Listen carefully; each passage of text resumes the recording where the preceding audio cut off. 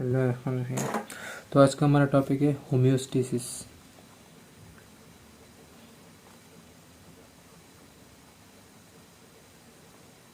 Homeostasis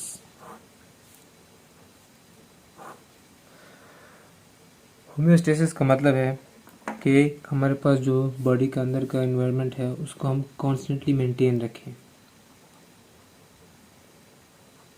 maintenance of constant internal environment.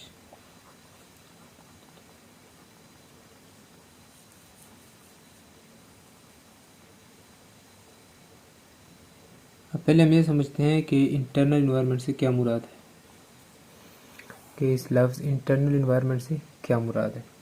तो internal environment जो है हमारे पास बॉडी का, इससे मुराद है बॉडी के extra cellular fluid.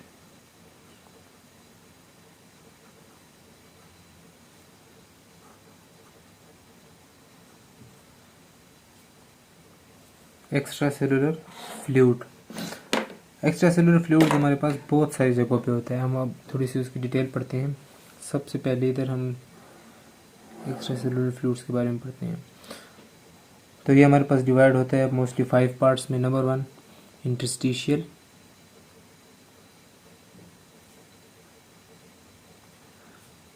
Fluid plus lymphatic fluid. Second division में आता है हमारे पास ब्लड प्लाज्मा। थर्ड डिवीजन में आते हैं हमारे पास फ्लूइड इन बोन्स।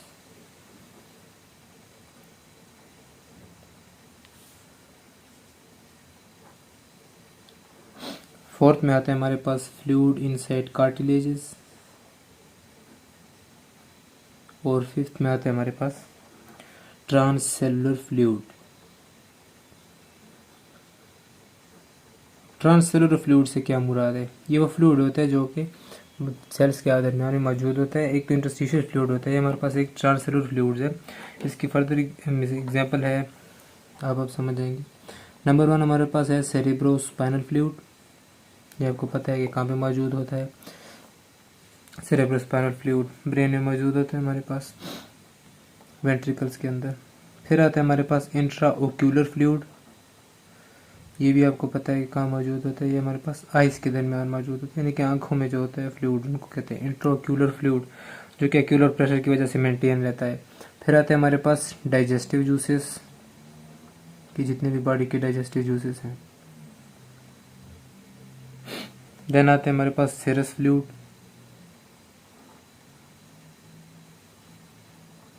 अब सेरस फ्लूइड आपको पता है कि कितने किस्म के हैं? 3 किस्म के हैं। नंबर 1 पेरिकार्डियल फ्लूइड, जो कि पेराइटल और विसरल के दरमियान में पेरिकार्डियल कैविटी के अंदर होता है। पेरिटोनियल फ्लूइड, जो कि पेरिटोनियम कैविटी के अंदर होता है, पेरिटोनियल फ्लूइड। और हमारे पास इंट्रा प्लूरल फ्लूइड, जो कि प्लूरल कैविटी के दरमियान होता है। ये हैं सीरस फ्लूइड्स की फर्दर डिवीजन। और सीरस फ्लूइड के बाद आते हैं हमारे पास साइनोवियल फ्लूइड्स, जो कि जॉइंट के अंदर मौजूद होते हैं।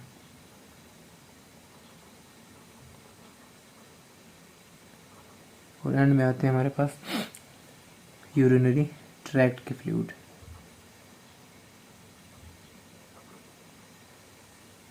तो ये हमारे पास कहलाता है internal environment of the body. ये जितना भी हमने पोर्शन पढ़ा है, इसमें हम स्टडी करते हैं कि इनकी जितनी भी चेंजेस आती हैं उसको हम कैसे मेंटेन कर सकें। और जिस प्रोसेस के ज़रिए मेंटेन होता है उसको हम कहते हैं होम्योस्टेसिस। अब हम पढ़ते हैं इसके components of homeostasis.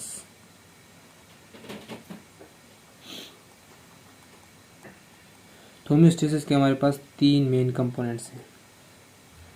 Number 1 the receptors और सेंसर्स। नंबर 2 इफेक्ट सेंटर, जो हमारे पास इफेक्टिव सेंटर है, या फिर इंटीग्रेटिंग सेंटर, जो इंटीग्रेट करता है कमांड कि इस चेंज को हमने कैसे मेंटेन करना है। और हमारे पास इफेक्टर या फिर मोटर्स। इन 3 चीज़ों के ज़रिए हमारे पास होम्योस्टेसिस वर्क करता है। सबसे पहले ये सेंस करता है चेंज को, सेंस द चेंज। फिर इंटीग्रेटिंग सेंटर कमांड देता है, ऑब्जर्व करता है, observe the change and correct the change. पहले ऑब्जर्व करता है कि क्या चेंजेस हैं, फिर उन्हें करेक्ट करने के लिए जो पॉसिबिलिटीज़ होती है, जो वर्क करना होता है, तो इफेक्टर को भेज देते हैं। इफेक्टर क्या करते हैं, रीचेंज टू नॉर्मल स्टेट, उनको दोबारा से नॉर्मल स्टेट के अंदर चेंज कर दिया जाता है। तो हमारे पास मेन कंपोनेंट्स हैं होम्योस्टेसिस के। होम्योस्टेसिस के हमारे पास 3 मेन टाइप्स हैं। इधर हम इनकी टाइप्स देखते हैं। नंबर 1 थर्मोरेगुलेशन,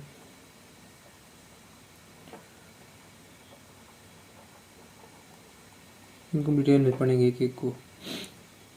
नंबर 2 ऑस्मोरेगुलेशन,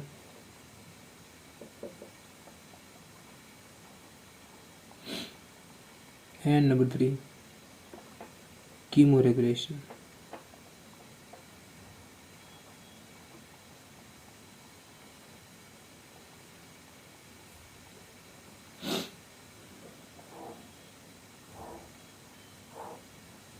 तो इन 3 किस्म की रेगुलेशन होती है होम्योस्टेसिस के जरिए। सबसे पहले थर्मो रेगुलेशन यानी कि टेम्परेचर की रेगुलेशन, फिर ऑस्मो रेगुलेशन यानी कि बॉडी में सॉल्यूट और वाटर का बैलेंस जो है, फिर आते कीमो रेगुलेशन यानी कि बॉडी में से हीट होने वाली केमिकल्स का रेगुलेशन, जैसे कि कैल्शियम हो गया, सोडियम वगैरह हो गए, तो इनकी रेगुलेशन।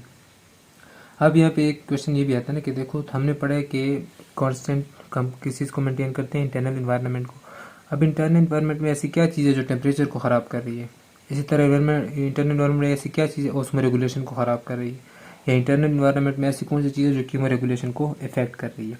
तो मिसाल के तौर पर मैं आपको एक मिसाल देता हूँ कि थर्मो रेगुलेशन है। थर्मो रेगुलेशन का इससे क्या ताल्लुक है, आपको पता है कि जब हमें ज़्यादा गर्मी लगती है तो स्वेटिंग आ जाती है। स्वेटिंग का मतलब है कि जो हमारा इंटरनल इन्वायरमेंट है यानी कि इंटरस्टिशियल फ्लूइड है और प्लाज्मा का जो फ्लूइड है, ये क्या कर जाता है, हमारे पास इवापोरेट कर जाता है। तो हमारी थर्मल जो टेम्परेचर जो ज़्यादा हुआ था वो रेगुलेट होकर दोबारा कम हो जाता है। ओस्मो रेगुलेशन का भी यही मतलब है कि देखो प्लाज्मा के अंदर फ्लूइड्स है या कि ये जो बाकी फ्लूइड्स है इनके अंदर वाटर साल्ट बैलेंस ख़राब हो जाए, तो इसको जो सही करेंगे उसे हम कहेंगे ओस्मो रेगुलेशन। इस तरह कीमो रेगुलेशन, फॉर एग्जांपल हमने पढ़ा है कि fluid in bones, fluid in cartilage, bones में क्या चीज़ होती है मेन केमिकल, कैल्शियम वगैरह। तो कैल्शियम की अगर रेगुलेशन होगी तो किस चीज़ के थ्रू होगी, केमिकल रेगुलेशंस के ज़रिए। अब हम इस एक एक को स्टडी करते हैं अलग से कंपोनेंट के साथ, ताकि आपको आसानी से समझ आ सके। तो सबसे पहला टॉपिक है हमारा थर्मो रेगुलेशन का। लेट्स सपोज हमारे पास टेम्परेचर इंक्रीज हो गया, there is an increase in the temperature, this will be sensed by the receptors, and receptor will send the signals to the brain or peripheral nervous system. The brain and peripheral nervous system will act upon the following effectors. Number 1,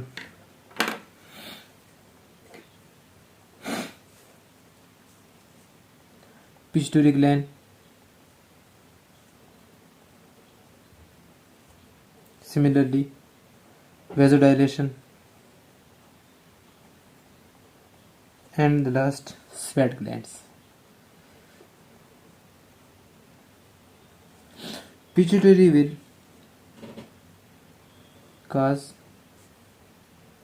ADH to retain the volume, because that volume should be used by the sweat glands as in sweat. Vasodilation क्या करेगा हमारे पास, ये blood vessels का diameter क्या कर देगा, increase कर देगा।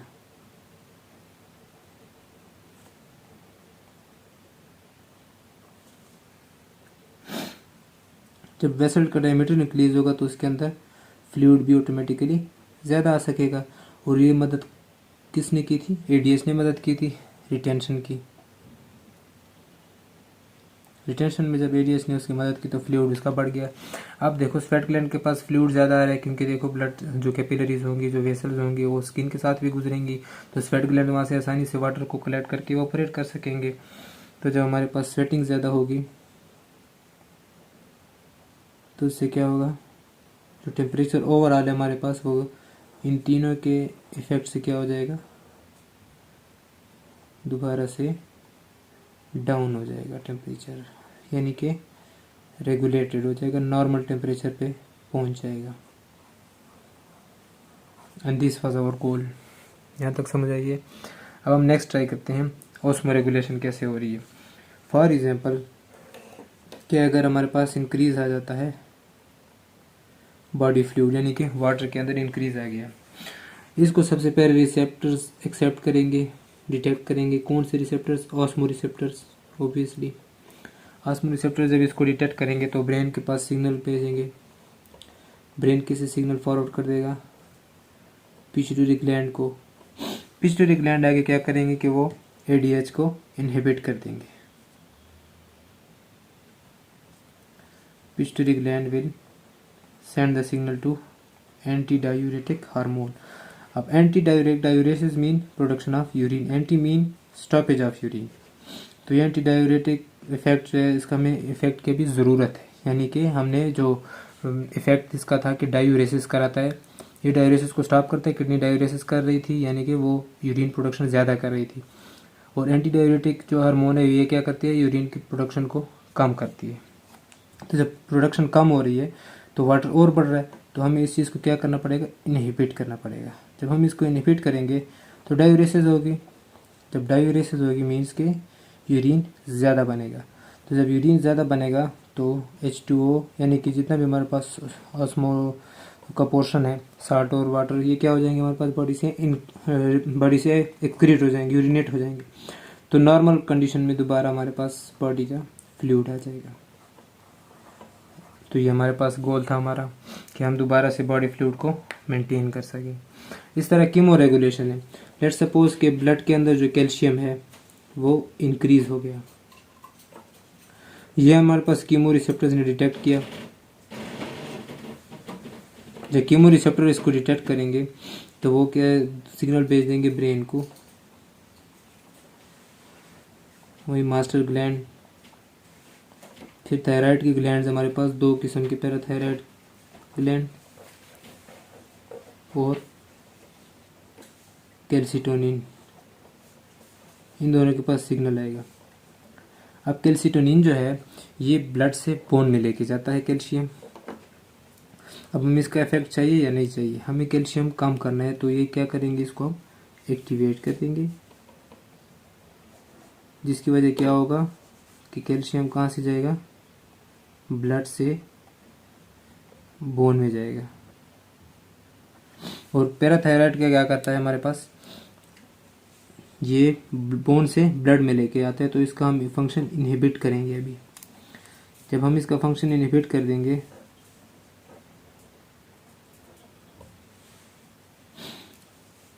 तो कैल्शियम कहाँ पे रहेगा? बोन में ही रहेगा, वो ब्लड में नहीं आ सकेगा। ठीक है। अब कैल्शियम के पास जो कैल्शियम था हमारे पास वो किधर चला गया? बोन के अंदर चला गया, यानी कि ब्लड से हमारे पास कम हो गया। कैल्सिटोनिन किस चीज़ की एक्टिविटी को बढ़ाता है? ओस्टियोब्लास्ट।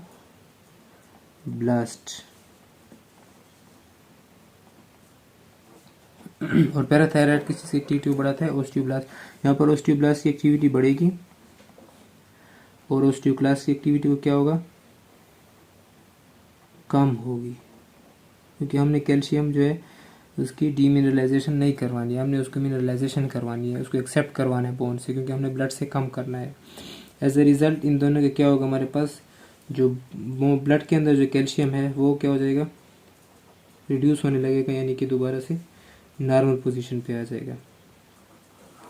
तो ये थी हमारे पास तीन किस्म की regulation: thermo regulation, osmo regulation and chemo regulation. ये सब कैसे हुए थे हमारे? हमने इनके कंपोनेंट्स पढ़े कि सबसे पहले कोई रिसेप्टर्स होंगे, फिर वो रिसेप्टर क्या करेंगे? सेंटर में भेजेंगे, यानी कि ब्रेन, कहीं पे ब्रेन होगा, कहीं पे डायरेक्ट ग्लैंड में सेंड करेंगे। फिर वो ग्लैंड क्या करेंगे? इफेक्टर्स को मैसेज भेजेंगे। फॉर एग्जांपल यहाँ पे एडीएच था, यहाँ पे ब्लड वेसल्स के अंदर जो मसल्स हैं वो थे, यहाँ पे हमारे पास स्वेट ग्लैंड्स हैं। सिमिलरली ऑस्मो रेगुलेशन में हमारे पास एडीएच था, कीमो रेगुलेशन में कैल्सिटोनिन और पैराथायराइड ये काम कर रहे थे। एज अ रिजल्ट हमारे पास क्या है? फंक्शन दोबारा से नॉर्मल पे आ गया। अब हम ये पढ़ते हैं कि ऑस्मो रेगुलेशन वर्क कैसे करता है। तो ऑस्मो रेगुलेशन वर्क करता है हमारे पास फीडबैक मैकेनिज्म के ज़रिए। फीडबैक मैकेनिज्म, फीडबैक मैकेनिज्म हमारे पास 3 टाइप के होते हैं। Number 1 positive feedback mechanism,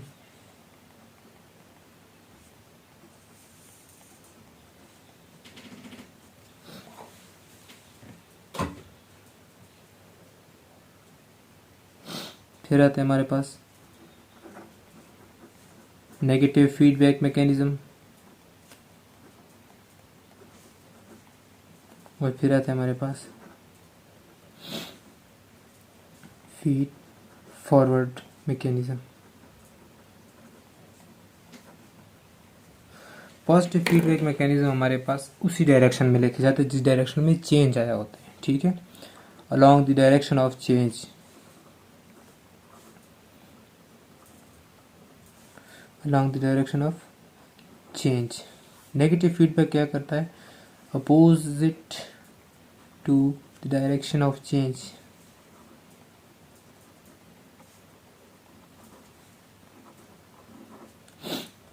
feedback को हम बाद में पढ़ते हैं। पॉजिटिव फीडबैक मैकेनिज्म की जो है ना हमारे पास एग्जांपल में आता है ब्लड क्लॉटिंग। एग्जांपल इनकी आपने याद रखनी है। इस तरह मिल्क इजेक्शन रिफ्लेक्स, इसमें ज़्यादातर ऑक्सीटोसिन इन्वॉल्व होता है जो पॉजिटिव है। इस तरह पार्चुरेशन हो गया। इस तरह जो हमारे पास ब्रीथिंग में जब हाइपोक्सिया होगा, वो मैं भी आपको एक्सप्लेन करके बताता हूँ। नेगेटिव फीडबैक के मैकेनिज्म के एग्जांपल में हमारे पास आते हैं जिस तरह हमने ये पढ़ी है, ये सारी नेगेटिव फीडबैक में आ रही थी। जैसे कि कैल्शियम की रेगुलेशन हो गई, जैसे कि ग्लूकोज की रेगुलेशन हो गई, जैसे कि वाटर की हमने पढ़ी है। तो इन चीज़ों की जो रेगुलेशन होती है हमारे पास किस चीज़ के जरिए होती है, नेगेटिव फीडबैक मैकेनिज्म की, क्योंकि ये ओपोजिट इन द डायरेक्शन था। चेंज में क्या था हमारे पास, थर्मो रेगुलेशन में चेंज में इंक्रीज हो रहा था, ठीक है, ये उसके ऑपोजिट गया यानी कि उसको डिक्रीज किया। ओस्मो रेगुलेशन में वाटर इंक्रीज हो रहा था, ये उसके ऑपोजिट गया यानी कि डिक्रीज किया, ठीक है। कीमो रेगुलेशन में कैल्शियम इंक्रीज हो रहा था, ये उसके ऑपोजिट गया, उसको डिक्रीज कर दिया। तो जहाँ पे भी हमारे पास ओपोजिशन होगी तो वो नेगेटिव फीडबैक मैकेनिज्म होगा, और सपोर्ट अगर मिलेगा उसे तो वो पॉजिटिव फीडबैक मैकेनिज्म होगा, क्योंकि वो उसके साथ ही चलेंगे, ठीक है। अब फीड फॉरवर्ड मैकेनिज्म क्या है। फीड फॉरवर्ड मैकेनिज्म है हमारे पास फ्यूचर के लिए तैयार रहना, यानी कि मिसाल के तौर पर आपकी बॉडी एथलेटिक नहीं है, आप फर्स्ट टाइम जिम गए हुए, आपने कोई ऐसी एथलेटिक एक्टिविटी परफॉर्म की है जिसकी वजह से आप में ज़ाहिर है कोई बंदा अगर फिजिकल एक्टिविटी करे तो क्या चेंज आ सकती हैं। सबसे पहला चेंज कि ग्लूकोज की कमी आएगी, ठीक है। हार्ट बीट जो है उसकी क्या हो जाएगी, इंक्रीज होगी। ऑक्सीजन डिमांड भी उसकी क्या होगी, इंक्रीज होगी। सिमिलरली लैक्टिक एसिड प्रोडक्शन क्या होगी उसकी बॉडी में, इंक्रीज हो जाएगी। एटीपी डिप्लीशन हो जाएगी। इस तरह की चेंजेस आ सकते हैं, बहुत सारी चेंजेस आती हैं, ठीक है।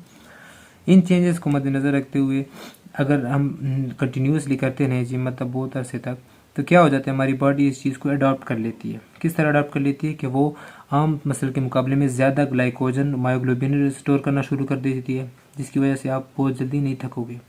वो आपके हार्ट बीट की जो मैक्सिमम हार्ट बीट है वो क्या कर दे देती है, बढ़ा देती है नॉर्मल वैल्यू से। तो आप जो है एथलेटिक एक्टिविटी एंड्योर कर पाते हो, यानी कि ज़्यादा देर तक परफॉर्म कर पाते हो। इस तरह जो आपकी बॉडी की ऑक्सीजन डिमांड है उसको इस तरह वो मेंटेन करती है कि एक तो आपका हार्ट रेट बीट बढ़ गया तो आप ज़्यादा से ज़्यादा ऑक्सीजन इनहेल कर रहे हो, आपका ब्रीथिंग रेट साथ में बढ़ा देगा। तो ब्रीथिंग रेट जब बढ़ जाएगा ऑब्वियसली ऑक्सीजन की कंजम्पशन जो है वो भी एफिनिटी भी बढ़ा देगा। इससे क्या होगा, आपको इजीली एक्सरसाइज कर सकोगे आप। लैक्टिक एसिड प्रोडक्शन कम कर देगा। क्यों, क्योंकि लैक्टिक एसिड तो हमारे पास तभी प्रोड्यूस होता है ना जब हमारे पास ऑक्सीजन कम होता है। तो अगर ऑक्सीजन हमारे पास नॉर्मली प्रोड्यूस हो रहा है, यानी नॉर्मली हम ऑक्सीजन ब्रीथ कर रहे हैं, ब्रीथ इन कर रहे हैं, तो फिर तो हमें ज़रूरत नहीं है एनारोबिक रेस्पिरेशन की। तो इसका मतलब है no lactic acid production. And the last कि एटीपी हमारे पास फिर ऑब्वियसली ज़्यादा होंगे। इनके बहुत सारे वजूहत हो सकते हैं। एक ये कि हमारे पास ऑक्सीजन मौजूद है जिसकी वजह से जो हमारा एरोबिक प्रोसेस है वो जल्दी जल्दी काम कर रहा है। एक ये कि जो बहुत सारे जो एथलीट्स होते हैं वो क्रिएटिन यूज़ करते हैं, क्रिएटिन मोनोफॉस्फेट। वो क्या करते थे, वो एडीपी को इनऑर्गेनिक फास्फेट प्रोवाइड करते थे, जिसकी वजह से एडीपी की तादाद बढ़ जाती है, तो बॉडी उसको भी अडाप्ट कर लेती है। तो फीड फॉरवर्ड मैकेनिज्म में हमारे पास जब तक चेंज जो है ना वो शॉर्ट टर्म नहीं है, लॉन्ग टर्म है, ठीक है। इसमें चेंज ऐसा आता है कि आपकी बॉडी को उस चेंज के मुताबिक अडाप्ट कर लेती है, ना कि उस चेंज को ख़त्म करती है। इनमें हमने देखा था ना कि फॉर एग्जांपल अगर बोन में ब्लड में हमारे पास कैल्शियम ज़्यादा हो गया था तो हमने उसको कम किए, बजाय इसके कि हमने बॉडी को उसके लिए अडॉप्ट कर दिए। सिमिलरली थर्मोरेगुलेशन, ऑस्मोरेगुलेशन, हम चीज़ों में क्या किया था, इनमें हमने चेंज किया था, मगर इसमें हमने उसको एक किस्म के बॉडी में ऐसी चेंजेस लाए कि उस चीज़ को वो चेंज ही ना समझे, यानी कि बॉडी के लिए ही उसका थ्रेशोल्ड बढ़ा दिया है, ठीक है। तो ये था हमारे पास फीड फॉरवर्ड मैकेनिज्म। और अब जो सेकंड हमने क्वेश्चन किया था कि difference between facilitated diffusion and active secondary active transport, तो उसकी भी वीडियो में हमने ऑलरेडी उसका लेक्चर हमने अपलोड कर दिया है। अब होम्योस्टेसिस में क्वेश्चन है ये कि which of the following is dangerous feedback mechanism है ना, पॉजिटिव नेगेटिव फीड फॉरवर्ड, तो विच फीडबैक मैकेनिज्म इज डेंजरस और लीथल टू बॉडी। तो इसका जो है ना आंसर चेक करें, और हम भी इंशाल्लाह नेक्स्ट लेक्चर में इसका आंसर अपलोड करेंगे।